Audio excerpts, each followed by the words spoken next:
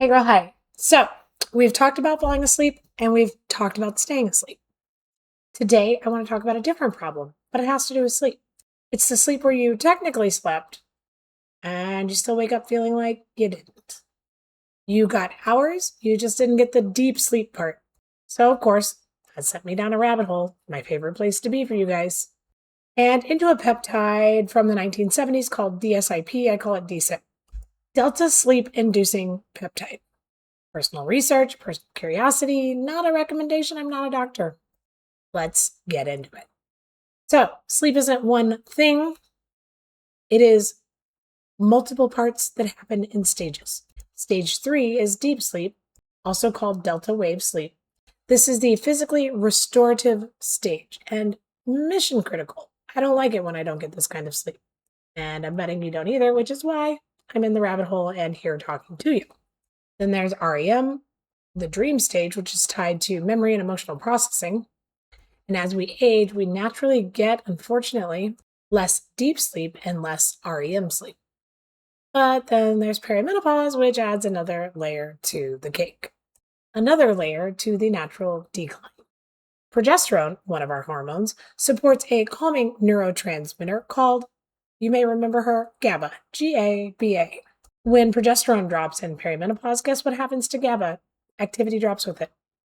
So, less GABA means a harder time settling down, settling into that deep, wonderful, restorative stage, even on nights when you technically got enough hours. Which is why so many of us perimenopausal women can wake up from a full night's sleep feeling like we ran a damn marathon. And that is why I went researching for a peptide connected specifically to deep sleep.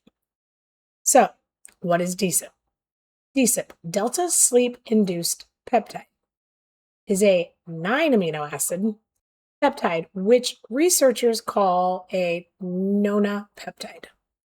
It too was discovered in the 1970s by a Swiss researcher, Marcel Monnier and Guy Schronenberger, at the University of Basel. Basel University? I should look these things up. Forgive me, don't come for me. Anyway, here's the part that I find genuinely fascinating. They found DSIP through a cross-circulation experiment. Some of the best things are found when you experiment. They transfused sleeping rabbit blood into the blood of an awake rabbit. And the awake rabbit's brain shifted into patterns that looked like deep, slow, restorative sleep. And that's where the name comes from. Delta refers to the slow brain waves of the delta sleep phase. It is one of only a few small number of peptides ever been isolated specifically because it appeared to carry a sleep signal in the blood. So let's be careful with this one.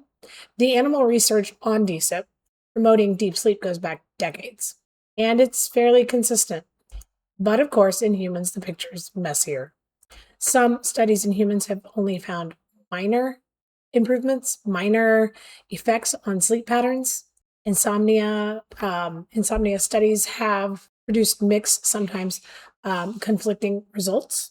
What is more consistently studied is DSIP's connection to the stress response system, the HPA axis. That is your hypothalamic pituitary adrenal axis, the same system that regulates cortisol. Research suggests that DSIP may help modulate that stress response, which matters because cortisol dysregulation is a huge piece of the perimenopause sleep conundrum. And I don't think it gets talked about enough. So the real, honest, nitty-gritty version of this is the sleep claims are real, but they're inconsistent. The stress and cortisol angle is where the more interesting research sits right now. I'm telling you that because I don't want to oversell the potential benefits of any peptide that has a genuinely mixed evidence base. DSIP in the researching and biohacking arena is most commonly discussed as an injectable, sub-Q. What drew me to it wasn't the promise of just amazing, better sleep, but the stress-cortisol connection. Because for a lot of us in perimenopause, the sleep problem and the stress problem are interrelated or connected. They're definitely not separate things. Same nervous system under the same pressure.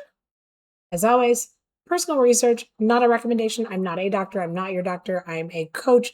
I'm a holistic nutrition student and a mom living through all of this in real time in perimenopause. So, if you walked away with one thing today, this is what I'd want you to have. Deep sleep declines naturally with age. Nobody told me about that, hence the rabbit hole. And perimenopause adds a hormonal layer on top of that through GABA and progesterone. DSIP is one of the older peptides in the whole space, and its sleep research is genuinely mixed. And again, the stress and cortisol research is where I find the things that are most interesting. My 82 symptom guides, 82 symptoms of perimenopause guide is linked in here. Sleep quality is on there because it's real and it's part of perimenopause. Drop a comment. Tell me, what is your sleep like? Have you ever had a full 8 hours but still felt like you didn't sleep? Again, nothing is medical advice here. I love you, all my love. Until next time, if you haven't done something to love yourself today, please go do that. And if you don't know what that looks like, let me know. I'll help you out.